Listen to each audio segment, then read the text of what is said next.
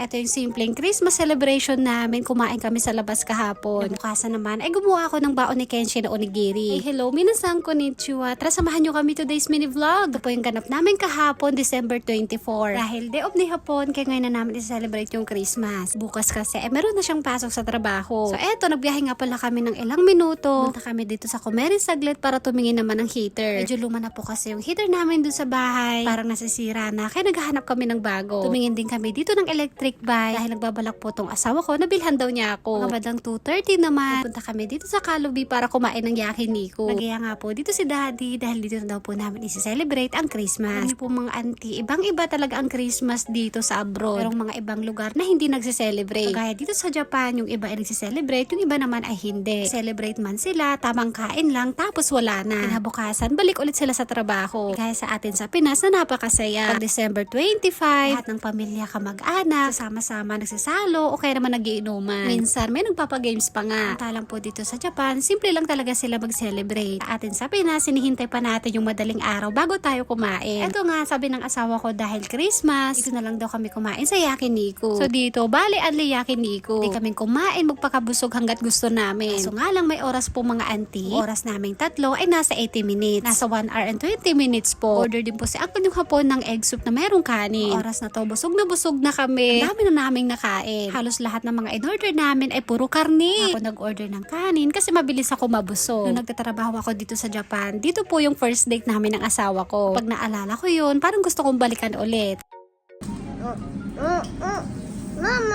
Mama, Papa, mete no dyan.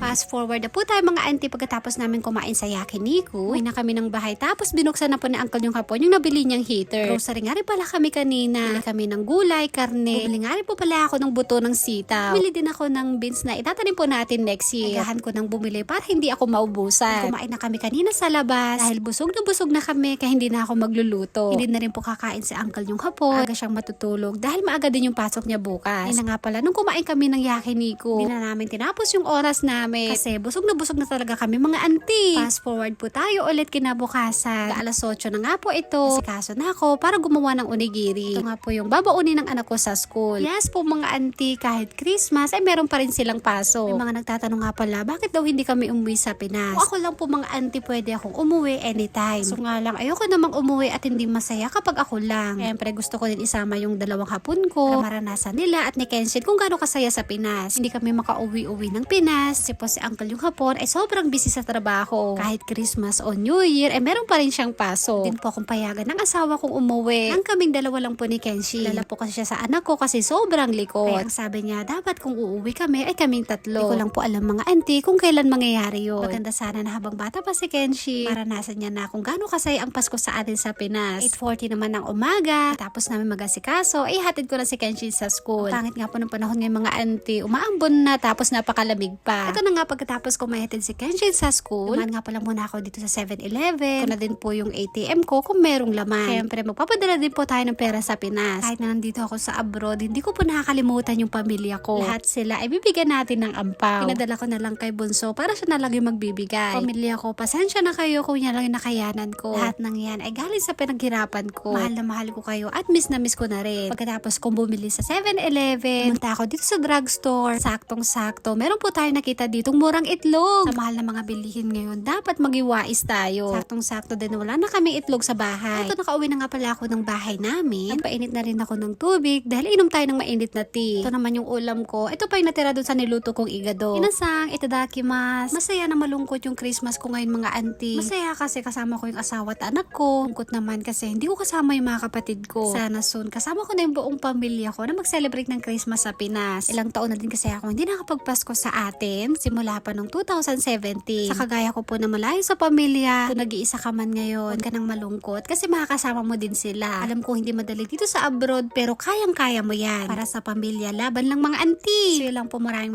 salamat sa panonood at Merry Christmas sa inyong lahat.